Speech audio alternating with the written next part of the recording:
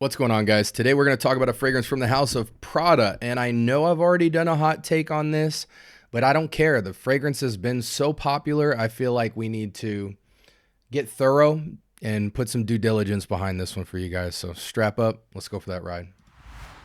Okay, doing it for two. I watch that head move side to side as I let this in into the room. You were on time, let's connect minds. Trying to get into a mood. We gon' be fine. Close up the blinds, no rush. Finish the food. All right, welcome to the scent bubble. I am your host for the evening. So check this out. Look, without further ado, today from the house of Prada, we are talking about Paradigme. And quick disclaimer, I went over this fragrance in a hot take. For those of you who don't know what hot takes are, hot takes is when I am just driving, going about my day, and I stop into a store. It could be a Neiman's, it could be a Saks and Fifth, it can be Sephora, Ulta Beauty, Burlington, anything under the sun.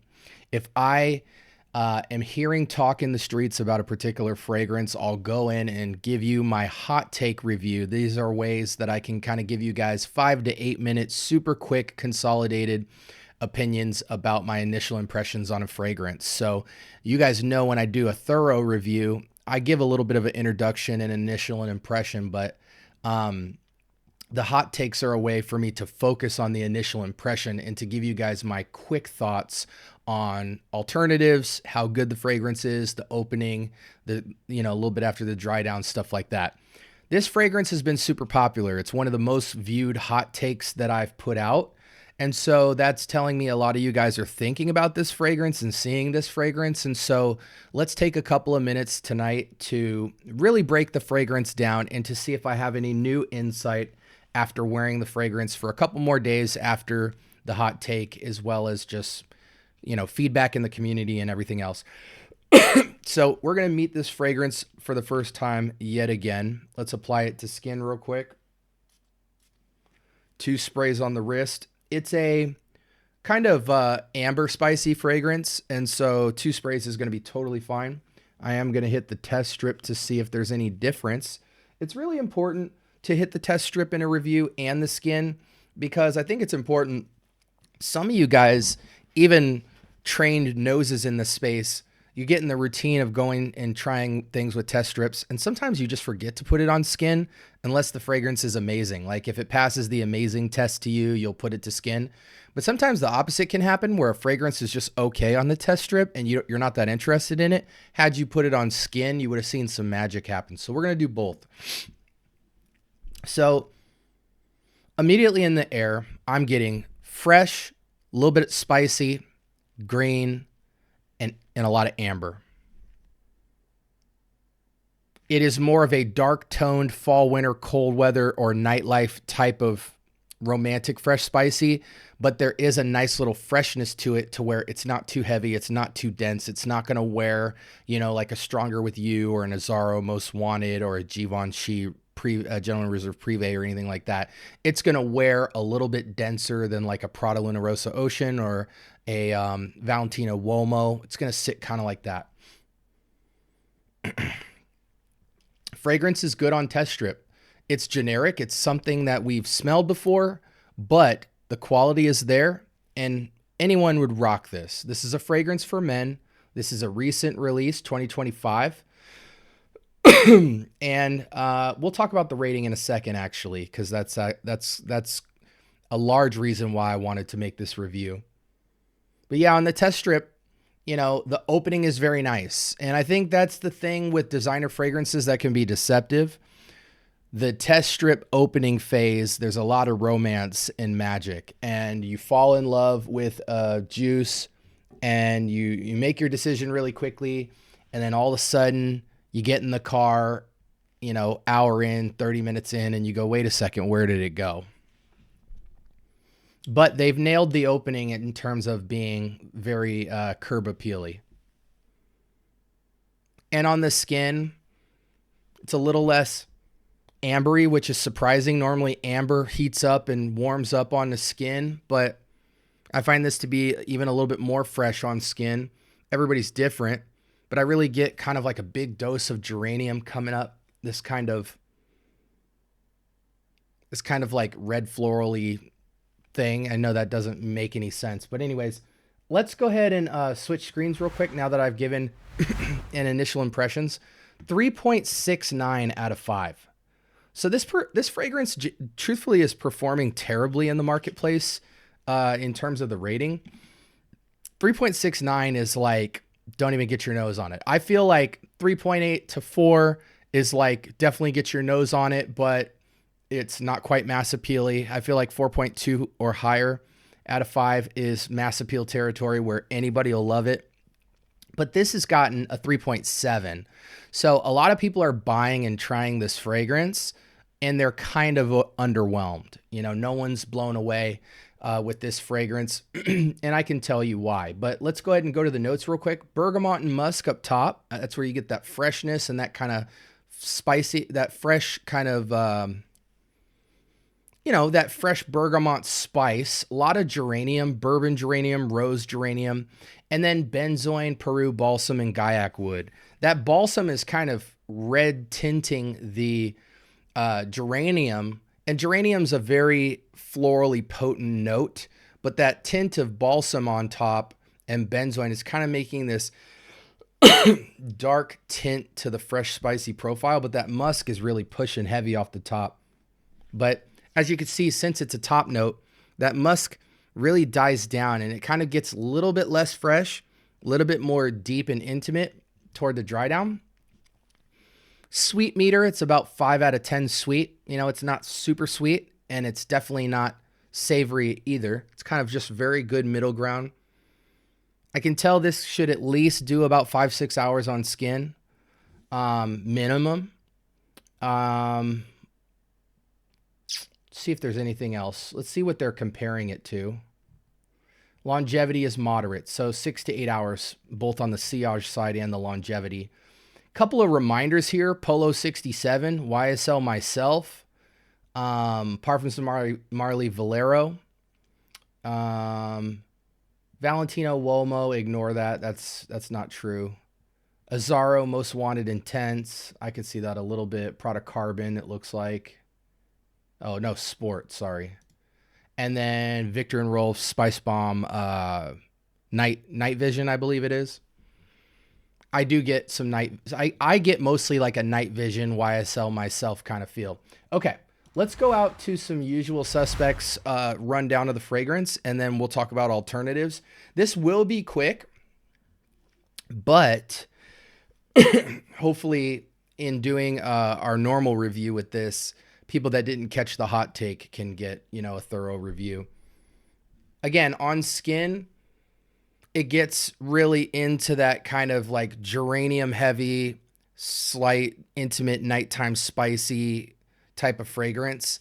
It's kind of trying to do what like a Sauvage is doing, where it's like a little bit sweet but fresh, but then the spicy, darker element to kind of give it that contrast of edginess and intimacy.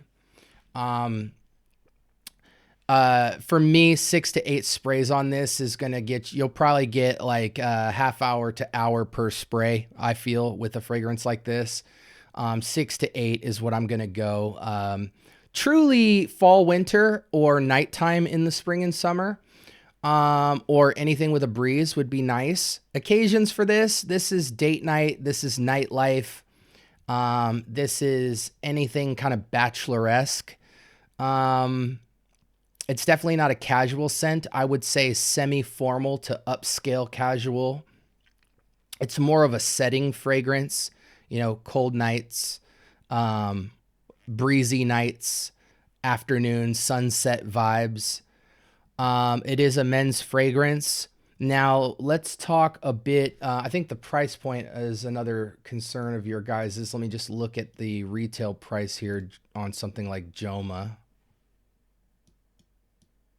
So it looks like Joma's selling this fragrance. So yeah, Joma's selling this. This retails for $170. The 50 mil discounted right now is going for $95, and the 100 mil is going for retail. So they're not really knocking this fragrance down, but I could totally see this fragrance getting knocked down even as 100 mil to the $80 to $100 range, probably in the next 6 months, 3 to 6 months, easily. So it's quite pricey. And that price point, I think, is quite inflated, especially for how generic it is. I'm going to consolidate things for you right now. If you have Sauvage Elixir or Sauvage, you don't need this. If you have Bleu de Chanel Lay Exclusive, you don't need this. If you have myself, YSL Myself, you don't need this. If you have any kind of Gentleman Boisé or Gentleman Reserve Privé, you don't need this. Yeah, and honestly, if you want to get into this kind of fresh, spicy, dark-toned DNA, I still think, despite me recommending this as an alternative to Bleu de Chanel Exclusive, Chiaka Blue from Cod Lodge, the same company that makes Cod Lodge Island and a lot of those fragrances. A lot of you are familiar with Chiaka Red, which I believe is a Reflection Man twist, which I believe they did a pretty good job with that. But Chiaka Blue, no question, will get you very, very close to this and actually give you more of the 8 to 10 hour range of performance. And that fragrance has been out for quite some time, to where I feel like you can get that for about 20, 30 bucks pretty much anywhere. So Cod Lodge, Khadlaj, Cod Lodge Chiaka, Shiyaka, Cod Lodge Chiaka Blue. It's a silver bottle with blue trim. I really think that that will scratch the itch for anyone looking for Bleu de Chanel Exclusive, even YSL Myself, and definitely Prada Paradigme. The Bleu de Chanel Exclusive, nowadays I'm starting to point people more towards Calvin Klein Encounter to nail that profile, and moving people towards Chiaka Blue to nail this Paradigme profile. But that fragrance is excellent, because even off 4 to 6 sprays of Chiaka Blue, the performance is going to still outperform this. But this fragrance as a standalone, I give a 7. It's average. It does what a lot of fragrances do, very modern and contemporary and well. It's a nice contemporary designer fragrance, but because we're so familiar with it in so many different fragrances, I truly feel like it is not going to be signature to most of you. It's just going to be good, where people will still give you compliments that you smell nice, but you don't smell distinguished in the marketplace.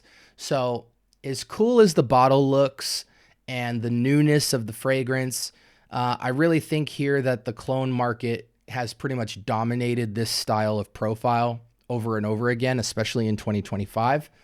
And even though there's other fragrances I can recommend to you, I think Chiaka Blue is outstanding. And a lot of people are wearing it right now and figuring out that it's doing the job for you. So that's my tip for an alternative, 20, 30 bucks. It will punch well above. It'll check all the same boxes as Prada Paradigme, even to scent profile, but it'll perform better and it's much cheaper. So that's my hot take. 7 out of 10 for me for Prada Paradigme. I think Chiaka Blue is more of an 8 out of 10. And really the only reason it can't go any higher is because it's not that signature, and the quality. The quality is good, but it's designer quality. It's not, blowing my mind or anything like that. But I truly wear 8s and higher in my collection. This is more of a daily driver fragrance, so it's kind of hard for a daily driver to really score high until you start going to niche. But there are definitely some designers and some vintage and even some clones that I would give 9s and 10s. But I'm just saying, generically speaking, an 8 out of 10 is a perfect fine score for a daily driver type of scent. With that being said, this was Prada Paradigme. Like, comment, subscribe. More importantly, turn on that notification bell. Let me know, have you guys been putting your nose to this? What are your thoughts about, any other alternatives, or if you've picked this up? I strongly discourage people from buying retail for fragrances, just because you can do a simple Google search and beat retail prices all day long on pretty much any website.